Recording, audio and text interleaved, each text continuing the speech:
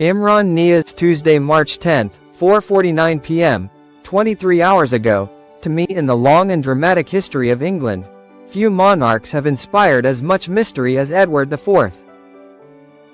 Officially, he was a powerful ruler during the brutal conflict known as the Wars of the Roses, a struggle between the houses of York and Lancaster for control of the English throne.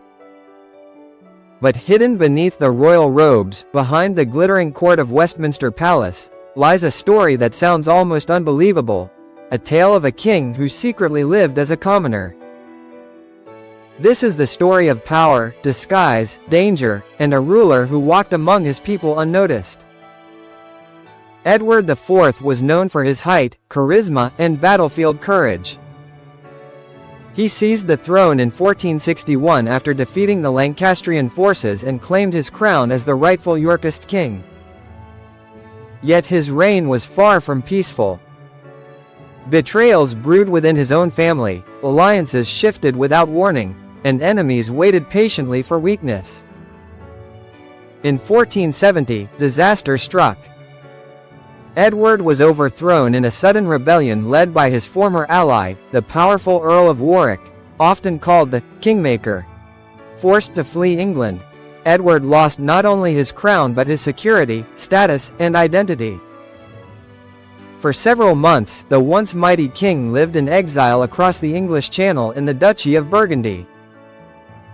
But what makes this story remarkable is what happened when Edward secretly returned to England in 1471. He did not march in with banners flying. Instead, he landed quietly with a small group of loyal supporters. According to chroniclers of the time, Edward disguised his true intentions and sometimes even concealed his royal identity, presenting himself as the Duke of York, reclaiming only his inheritance, not the throne itself.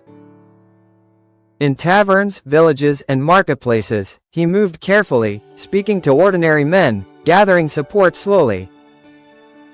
The idea that a king, a crowned ruler anointed by God, could walk among farmers and merchants as if he were one of them was astonishing in medieval England. This period of secrecy was not merely strategy, it was survival. England was deeply divided, and open declaration could have meant instant capture. Edward understood that to win back his crown, he first had to win back trust. As he traveled north, more soldiers joined his cause.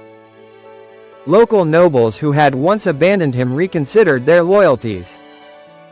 The momentum grew quietly, almost invisibly, like a storm forming beyond the horizon.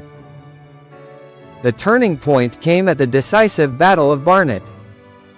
Fighting through thick fog on Easter Sunday in April 1471, Edward faced Warwick's forces.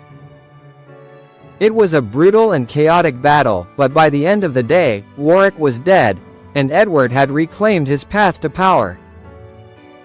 Soon after, he secured his throne permanently at the Battle of Tewkesbury, crushing the remaining Lancastrian resistance.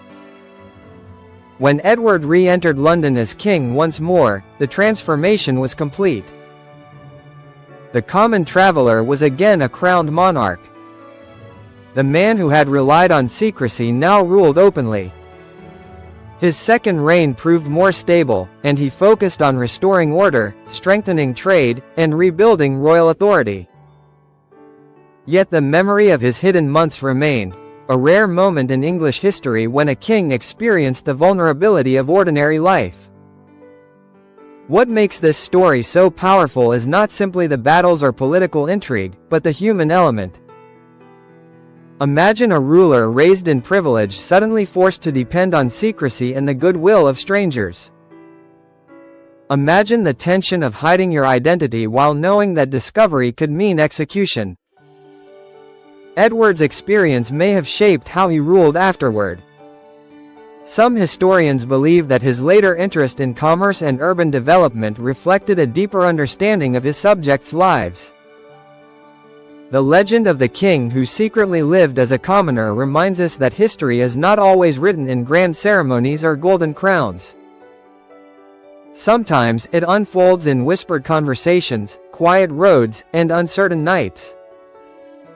It challenges our image of monarchy as untouchable and distant. For a brief, dangerous chapter, Edward IV was not just a king.